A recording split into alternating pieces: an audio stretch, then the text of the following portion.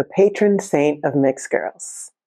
That's how I like to refer to Guadalupe, who I keep on my altar, because I feel so loved by her story, whether true or untrue.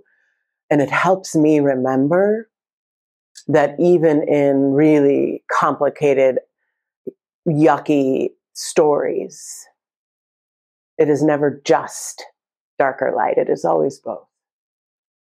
I am Reverend Amani Malaika. I am here to spend some time with you to talk about the good of the winter season.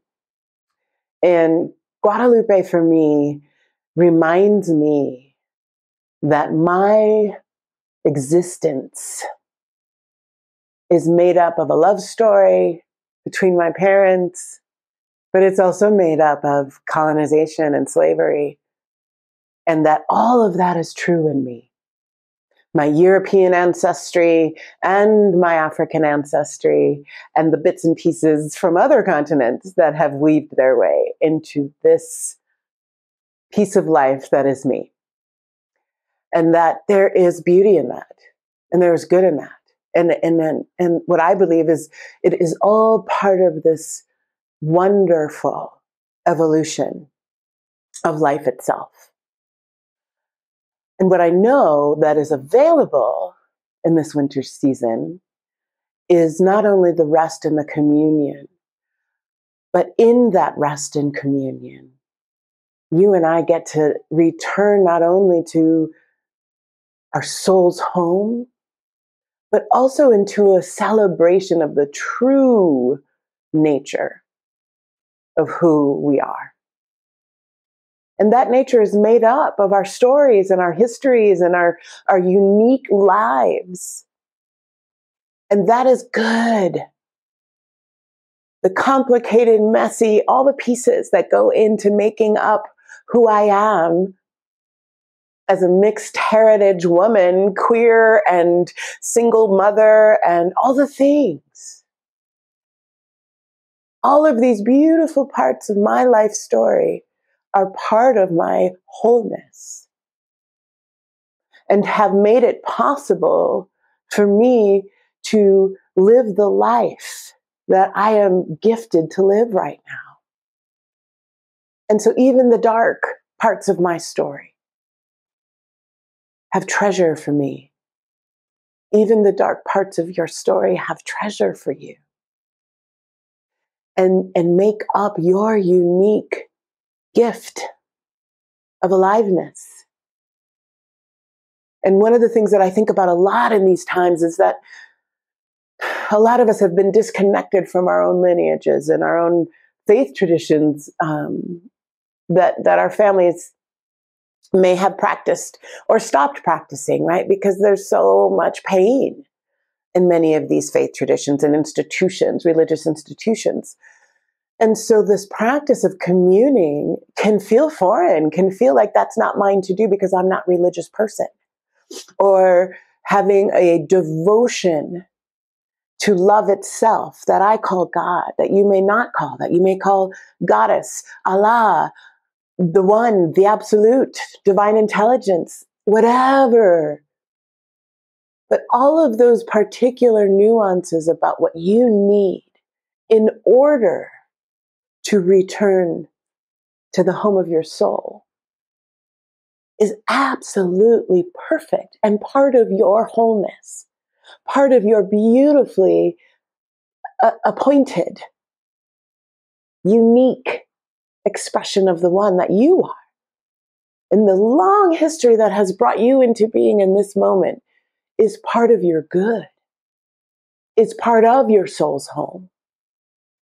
And this is not something to be disregarded or avoided or just thought of as something has gone wrong. That's what Guadalupe helps me remember, right? Guadalupe's story comes out of colonization, right? The conquistadors and all of this violence and bloodshed. And yet there's this beautiful evolution of of a goddess figure, of a mother figure who evolved from multiple traditions, right? From Mayan culture and Catholic tradition, and this wonderful, wonderful saint who so many people find solace in, who find guidance in, who find communion in now. There's beauty in that. It is not just bad, and it is not just good. It is beautiful. It is rich. It is whole. And I like to think of myself as just like that. And I want to invite you to think about the integrity of your life story, the integrity of your family's history, the integrity, the wholeness that makes up who you are.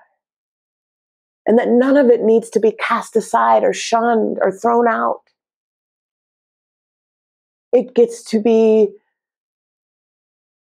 met, heart open, eyes open, no denial, no toxic positivity, but it gets to be met wholly for all that it is.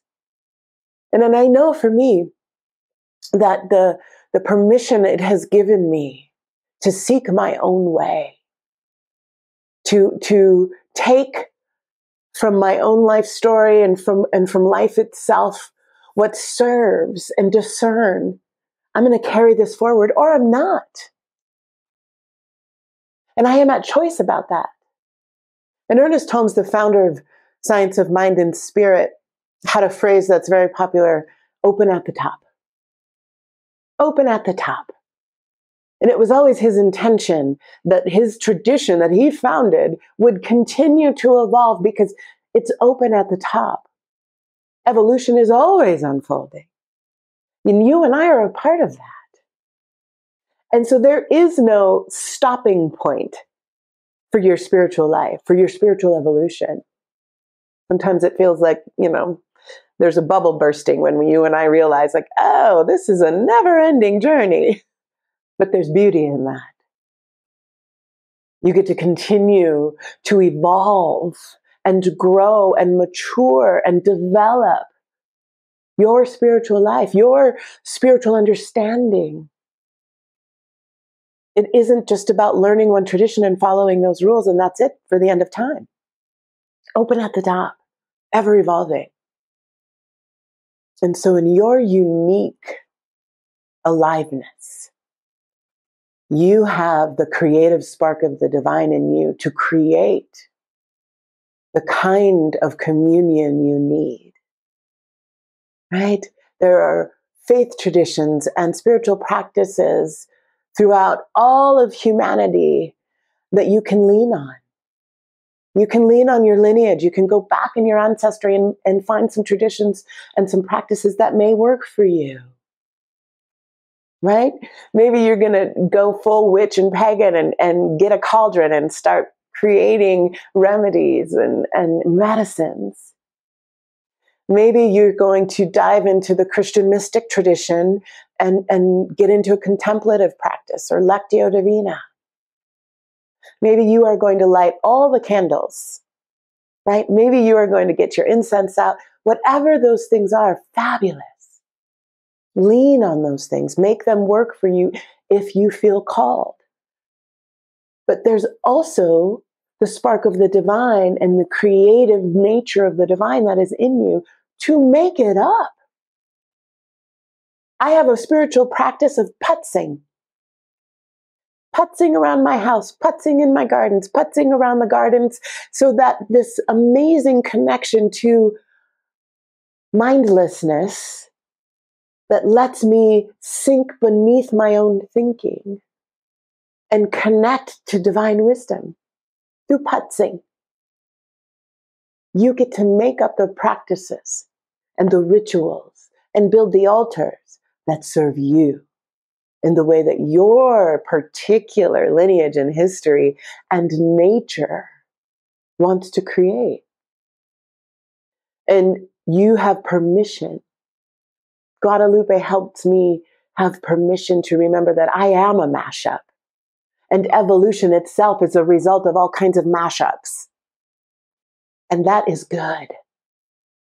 That is part of the nature of the divine. And you and I can serve the divine by accepting the divine's invitation into creation. And in this place of communion, those ideas and those right actions and those next steps will rise. But use that opportunity right now, this week, to uniquely discover and to create your communion practices. You may walk in nature as a spiritual practice, as an opportunity to find your soul's home again, to come back to yourself.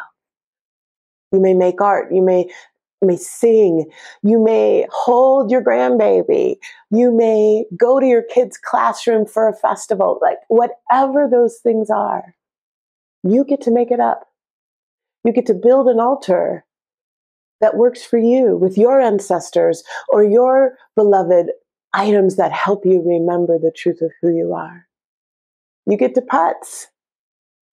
You get to come up with affirmations and mantras that are ones that work for you, all for the purpose of communing with your soul, of coming back to your whole true nature.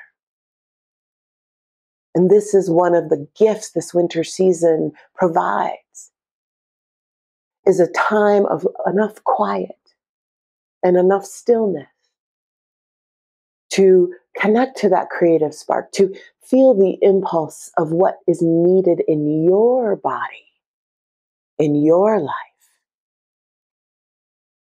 And then say yes. Say yes to the communion, whatever it looks like for you. Say yes to it. Build the altar. Take the walk. Take the time to set aside all that seems like it needs your attention in the unique way that you need to do it. I believe it is built in the divine's architecture of life, that you and I are meant to be mashups, that you and I are meant to evolve these teachings, these ideas, these practices. And you can begin right now in your communion practice. May it be so, and so it is.